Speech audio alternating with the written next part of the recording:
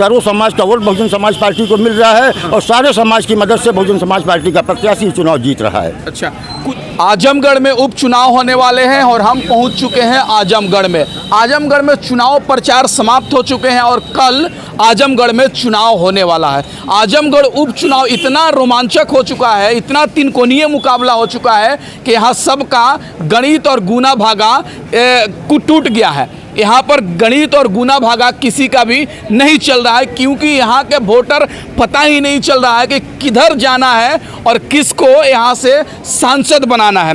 चुनाव प्रचार खत्म हो चुके हैं और कल सुबह में वोटिंग होने वाला है। अभी हम आजमगढ़ लोकसभा क्षेत्र के मुबारकपुर में हैं और मुबारकपुर के पुलिस चौकी के पास है एक चाय दुकान है। तमाम लोग चाय पीने आते हैं यहाँ पर।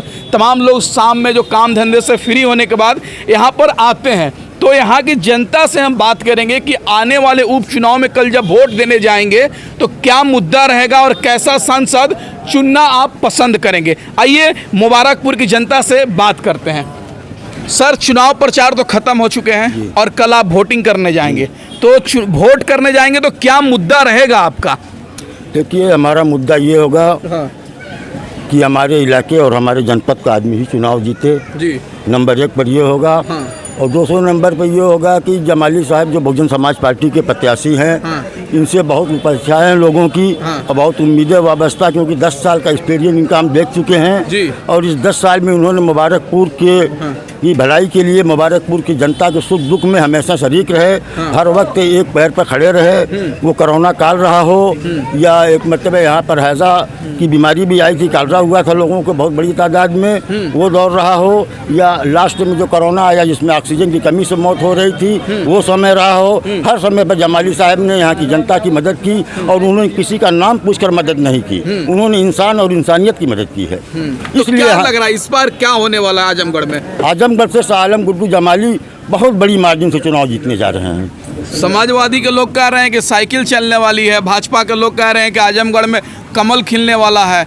तो दावे तो हो रहे हैं बड़ी बड़ी। ये दावे तो 13 प्रत्याशी हैं जी, 13 के 13 कर सकते हैं जीत के। लेकिन जनता का सहयोग और समर्थन जिसे मिलेगा वही चुनाव जीतेगा। तो ये आप मान लीजिए कि शाह आलम गुड्डू जमाली के साथ सर्व समाज खड़ा है। समाज का हर तबका जो उनको वोट दे रहा है और जो समाज के हर तबके का वोट पाता है वही चुनाव जीतता है। तो बहुजन समाज पार्टी यहाँ से खाता खोल रही है नहीं? बहुत बड़ी जीत दर्ज करने जा रही है बहुजन समाज पार्टी। और आप ये मत सोचिए कि बहुजन समाज पार्टी का विधानसभा में प्रदर्शन अच्छा नहीं था। उसके कुछ कारण हैं। उसमें मीडिया द्वारा दुष्प्रचार किया गया कि ये मुकाबला जो 2 पार्टियों के बीच में रह गया, समाजवादी पार्टी और भारतीय जनता पार्टी के बीच में, और इसको 80 और 20 की लड़ाई बना दी गई थी। उसमें मुस्लिम वोट जो है भारतीय जनता पार्टी को हराने के लिए सपा की तरफ एकजुट हो गया था। उसकी वजह से बहुजन समाज पार्टी को काफ़ी नुकसान उठाना पड़ा। तो इस बार क्या होने वाला आजमगढ़ में? आजमगढ़ में यही होगा कि सर्व समाज का वोट बहुजन समाज पार्टी को मिल रहा है और सारे समाज की मदद से बहुजन समाज पार्टी का प्रत्याशी चुनाव जीत रहा है। अच्छा, करने जाएंगे तो क्या सोचकर वोटिंग करने जाएंगे आप? हम लोगों को काम चाहिए जी। और समाजवादी का कोई नेता काम किया नहीं। अखिलेश यादव माननीय सांसद थे, फिर माननीय मुलायम सिंह जी थे, तो क्या आप लोग का विकास नहीं हुआ आजमगढ़ का? और जब से जीत के गए अपने हल्के में पेशाब करने नहीं आए तो वोट किस मुँह से मांगेंगे? मतलब पेशाब करने आजमगढ़ में नहीं आए जीत कर? कभी नहीं आए। वो तो कह रहे हैं कि हमारा गढ़ है 10 विधायक है। गढ़ है कुछ भी हो, उनका जितना विधायक जीत कर जाता है कोई आता नहीं है। अच्छा। ये सुराही का अखिलेश जीता है। जीत कर जब से गया कई बार आया है। ये तो मुकामी है, वो तो इटावा से आकर लड़ रहे हैं। जो मुकामी वो नहीं आ रहा है तो बाहरी कहाँ से आएगा? तो इस बार कैसा सांसद चुनेंगे आप? हम लोग जमाली को अपेक्षित देंगे वोट। समाजवादी को तो बेस वोट है मुस्लिम समाज, तो कैसे आप लोग इधर उधर भटक रहे हैं? हम लोग अपने मुकामी को देंगे। मुकामी मतलब अपने घर का उम्मीदवार, जो क्षेत्रीय नेता। हाँ। ताकि वो जीतने के बाद घर से भागे न। धर्मेंद्र जी भाग थोड़ी जाएंगे, यहीं पर तो रहेंगे। अरे भैया, और निरहू जी भी यहीं रहेंगे। धर्मेंद्र जी हो या निरहू जी हो, जीतने के बाद कोई मिलेगा नहीं। अच्छा। हाँ। तो जमाली जी मिलेंगे जीत जाने के बाद? जमाली तो हर महीने में एक चक्कर आते हैं। अच्छा। ना, उनका घर द्वार सब कुछ यही है। अच्छा, कुछ लोग और भी हैं, इनसे भी बात करेंगे। सर, कल चुनाव होने वाला है, तो क्या सोचकर कल वोटिंग करने जाएंगे आप? वोटिंग यही सोच के किया जाएगा कि अपने एक करीब क्षेत्र का आदमी है, हाँ। और ये काम हो या ना हो, हाँ। हर वक्त ये मिलते रहते हैं, हाँ। तो इनको ज़्यादा चांस है। तो बहुजन समाज पार्टी का चांस है नहीं? हाँ, बहुजन समाज पार्टी का। तो गुड्डू जमाली जी यहाँ से चांस है हाँ, नहीं? बिल्कुल बिल्कुल 100%। यहाँ 8 बार विधानसभा लोकसभा का हुआ है, जी। 4 बार बहुजन का हुआ है, 4 बार उनका हुआ है, तो कैसे गढ़ हो गया? गढ़ तो भाई बहुजन का भी हो गया। जब उनका गढ़ बना रहे हैं तो क्या बहुजन का भी हो गया गढ़? उससे ज़्यादा तो नहीं निकाले हैं वो, बहुजन से ज़्यादा तो नहीं निकाले हैं वो, ज़्यादा निकाले तब गढ़ होगा। विधायक है भाई साहब यहाँ पर, समाजवादी विधायक को तो कह रहे हैं। नहीं, लोकसभा की बात कर रहा हूँ। जी। लोकसभा का अब तक जितना चुनाव हुआ, हाँ। जितना उन्होंने जीता है उतना बहुजन ने जीता है। तो इस बार क्या होने वाला आजमगढ़ इस में? बार तो जमाली क्लियर है, क्लियर हो गया। वो तो बिना के निकलेगा, उसको कोई हरा ही नहीं सकता है। धर्मेंद्र यादव निरहुआ कह रहे हैं कि जीत रहे हैं हम दोनों। अरे तो देखा तो गया न, सुनिए, देखा न गया। मुलायम सिंह 5 साल के लिए आए, क्या बार फिर आए, नामिनेशन कराने के बाद क्या बार शक्ल दिखाए। अच्छा। उसके बाद मुलायम सिंह आए, मुलायम सिंह नामिनेशन कराने के बाद क्या बार आए आजमगढ़ में, क्या बार शक्ल दिखाए। अखिलेश यादव जी भी सांसद थे, तो विकास नहीं हुआ। कोरोना काल में जनता इतना परेशान हुई, कौन साथ दिया? जी। भूखे लोग मर रहे थे, यही जमाली साथ दिया। तो जो जिसके दुख सुख में शरीक रहता है, वो उसको वोट देगा। सिर्फ वो बबौती समझ के वोट लेने आते हैं, सोचते हैं कि हमारी बबौती है, जैसे जाएंगे ले लेंगे वोट। तो इस बार मगर बबौती अब नहीं चलेगा। अब नहीं। अच्छा, आप लोग युवा जब वोट करने जाएंगे तो क्या सोच कर जाएंगे आप लोग? यही सोच कर जाएंगे कि काम यहाँ पे अच्छा हो, विकास हो, उस व्यक्ति को वोट दें जो हमारे दुख सुख में काम आए। उस आदमी को वोट न दें जो वोट ले करके हेलीकॉप्टर से उड़ जाता है, उसके बाद खोजना पड़ता है ये है या नहीं है। और लोग जहाँ यहाँ से सांसद बने तो उनको चिराग लेकर के ढूंढना पड़ता है कि ये दुनिया में है या है ही नहीं, ये हाल हो जाती है। तो ऐसे व्यक्ति को वोट दिया जाए जो यहाँ की पब्लिक की बात सुने, यहाँ काम करे। यहाँ बिजली का सबसे बड़ा मसला है, जो बुनकर का, मेरा सबसे बड़ा मसला बुनकर का जो है। अच्छा। यहाँ उल्टी सीधी स्कीम आ रही है, 1000 बिल आएगी, 1200 आएगी। यहाँ बुनकर इतने दबे कुचले हो चुके हैं, इतनी इनकी खस्ता हालत हो चुकी है कि एक टाइम खाएं तो एक टाइम देखना पड़ता है कि घर में क्या है क्या नहीं है। तो बेचारा बिजली 1000 रुपये कहाँ से भरेगा? हमारा सबसे बड़ा मसला बिजली का है। और जो सरकार फ्लैट रेट लागू कर रही है, हम चाहते हैं कि जिसको हम वोट दें यहाँ से, वो हमारी सबसे पहली मुद्दा यही है कि हमारा लोकसभा में जाकर बिजली का मामला हल करे, यहाँ फ्लैट रेट जो है उसको लागू करवाए। अच्छा। हाँ, हमारा रोजी रोटी का सबसे बड़ा मसला यही है। सबसे बड़ा यही मुद्दा है। और बेरोजगारी तो यहाँ 90% है। महंगाई तो इतनी आसमान छू रही है कि तेल आने जाओ तो गैस खत्म, गैस लेने जाओ तो तेल खत्म। इसलिए हम लोग का तेल निकल चुका है। तो ऐसे लोगों को वोट नहीं दिया जाएगा, उसको वोट दिया जाएगा जो हमारी परेशानी को समझे, लोकसभा में जाके आवाज़ उठाए।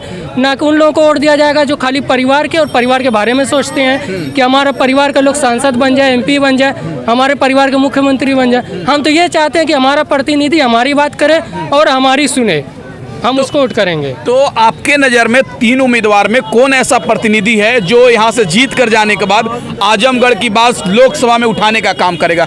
कौन सा आदमी है तीनों में से? अकेला आदमी है, जमाली। हाँ। वाहिद आदमी वही है, उसके अलावा कोई नहीं है। ना कोई बात ही की आज तक बुनकर के लिए, न विधानसभा में लेकिन कोई। धर्मेंद्र यादव भी तो बहुत बड़े नेता, अखिलेश यादव के चचेरे। तो बड़े नेता हैं तो हम उनसे क्या लेना देना भाई, वो बड़े रहे अपनी जगह। हम तो छोटे, हम छोटे लोग को चुनेंगे ही। हम तो छोटे हैं ना। हाँ। छोटे लोग को चुनेंगे जो हमारी बात करेगा। बड़े लोग को क्या करेंगे चुन के? वो अडानी अंबानी की बात करेंगे और लोगों की बात करेंगे। हाँ। तो हमारा काम तो छोटे लोगों से, हम छोटे लोग को चुनेंगे, जाहिर सी बात है। तो इस बार आप लोग परिवर्तन कर रहे हैं, बदल रहे हैं। बिल्कुल बिल्कुल। कुछ लोग कहते हैं गढ़ उड़ है मेरा, अरे चलेगा। गढ़ से क्या होगा भाई? हाँ। हमारा मसला गढ़ से नहीं, हमारा मसला हमारे काम से है। और जमाली के अलावा कोई काम हमारे नहीं आया है, ना कोई आने वाला है भविष्य में। अच्छा। हाँ, सब हवा भाई बातें हैं, आएंगे तो ये कर देंगे, वो कर देंगे, सब खाली बस वो बातें रहती हैं। अच्छा। इधर उधर। दिल्ली जमाली पहुंची हैं। पहुंची हैं? हाथी तो दिल्ली चली गई, अब कोई रोक नहीं पाएगा। हाँ। कहा तो रहा चाचा साइकिल पहुंच रही है। साइकिल का काम खत्म, पंचर हो गई। कह रही है आगरा पहुंच चुका है साइकिल। साइकिल के बस की बातें नहीं है। हाँ। दिल्ली पहुंच गई हाथी। अच्छा। अब कोई रोक नहीं पाएगा। हाँ। कोरोना काल में मदद करने मुलायम सिंह थोड़ी आए थे। अच्छा। कि अखिलेश आए थे। हाँ। जमाली आए थे तो पब्लिक जमाली के साथ है। जो मदद करने आएगा उसी के साथ पब्लिक रहेगी।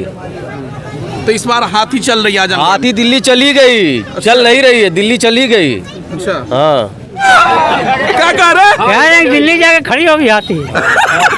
अरे मर्दबा कल वोट है तो हाथी कैसे पहुंची? पहुंच गई हाथी, हाथी पहुंच गई। अरे नहीं पहुंची, कल पहुंच जाएगी। क्या कह रहे हैं चाचा? कल पहुंच जाएगी, अगर नहीं पहुंची आज तो। अच्छा, कल पहुंच जाएगी। हाँ, कल शाम, कल वो पहुंच जाएगी। 26 तारीख को पहुंच जाएगी। क्या कह रहे हैं भाई साहब? मैं कह रहा हूँ कि कल नहीं पहुंचेगी तो 26 तारीख को पहुंच जाएगी पार्लियामेंट में हाथी। लग रहा है हाथी पहुंचेगी लग रहा है 100% लग रहा है कि हाथी पहुंचेगी। अच्छा सुनिए, हटाइए, आप युवा भी हैं, पढ़े लिखे भी हैं, और बच्चे हमेशा समाज के बारे में, देश के बारे में, क्षेत्र के बारे में सोचते हैं। ये तरफ 3 ऑप्शन है। एक धर्मेंद्र यादव जी समाजवादी से हैं, एक दिनेश लाल यादव निरहुआ जी हैं, और एक गुड्डू जमाली जी हाथी छाप से हैं। आपको क्या लग रहा है कि अगर तीनों में से कौन चुन कर जाएगा तो आपकी आजमगढ़ की समस्या को दिल्ली में उठाने का काम करेगा? संसद भवन में कौन जीत कर जाएगा तो आवाज उठाएगा? मेरे मतलब शाह आलम गुड्डू जमाली जी पार्लियामेंट में जाकर के बुनकरों के लिए सबसे पहले आवाज़ उठाएंगे। क्योंकि यहाँ पर सबसे ज़्यादा समस्या बुनकरों की है। और वो विधानसभा में जब विधायक बने थे, 2 मरतबे यहाँ से विधायक रहे हैं। 2012 से 22 तक यहाँ के विधायक थे। और जब भी विधानसभा में बोलते थे तो बुनकरों के लिए ज़रूर बोलते थे। धर्मेंद्र यादव जी समाजवादी से हैं, एक दिनेश लाल यादव निरहुआ जी हैं, और एक गुड्डू जमाली जी हाथी छाप से हैं। आपको क्या लग रहा है कि अगर तीनों में से कौन चुन कर जाएगा तो आपकी आजमगढ़ की समस्या को दिल्ली में उठाने का काम करेगा? संसद भवन में कौन जीत कर जाएगा तो आवाज उठाएगा? मेरे मतलब शाह आलम गुड्डू जमाली जी पार्लियामेंट में जाकर के बुनकरों के लिए सबसे पहले आवाज़ उठाएंगे।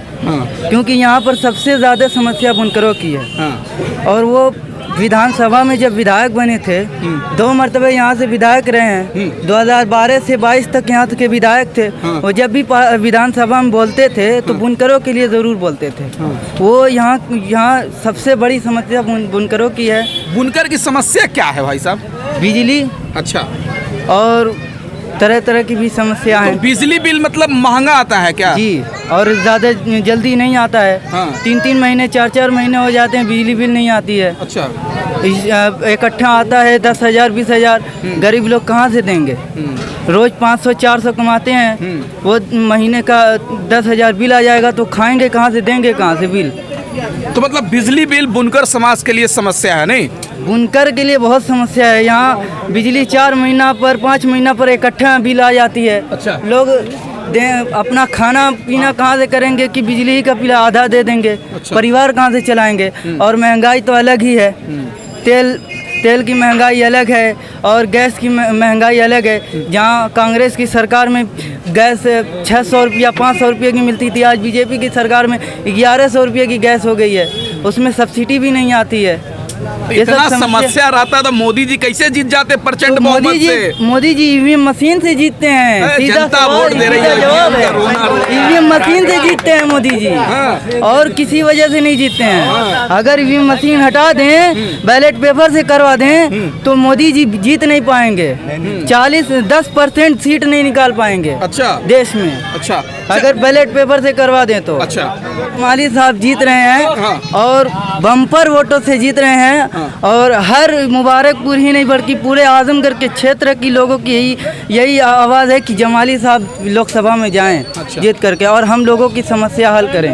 अभी हम आजमगढ़ लोकसभा क्षेत्र के मुबारकपुर विधानसभा में थे, जहां पर मुबारकपुर के लोग चाय दुकान पर बैठकर आपसी गपशप कर रहे थे। तो इनसे हमने राय लेने का काम किया कि कल जब चुनाव कर वोट देने जाएंगे तो कैसा सांसद चुनेंगे। जनता ने अपनी अपनी राय दी। कह रहे हैं कि बहुजन समाज पार्टी के शाह आलम उर्फ गुड्डू जमाली जी जीतेंगे, लेकिन देखना दिलचस्प होगा कि कल आजमगढ़ की जनता क्या करती है। और 26 तारीख का इंतजार रहेगा कि आजमगढ़ से कौन चुनकर दिल्ली पहुंचता है।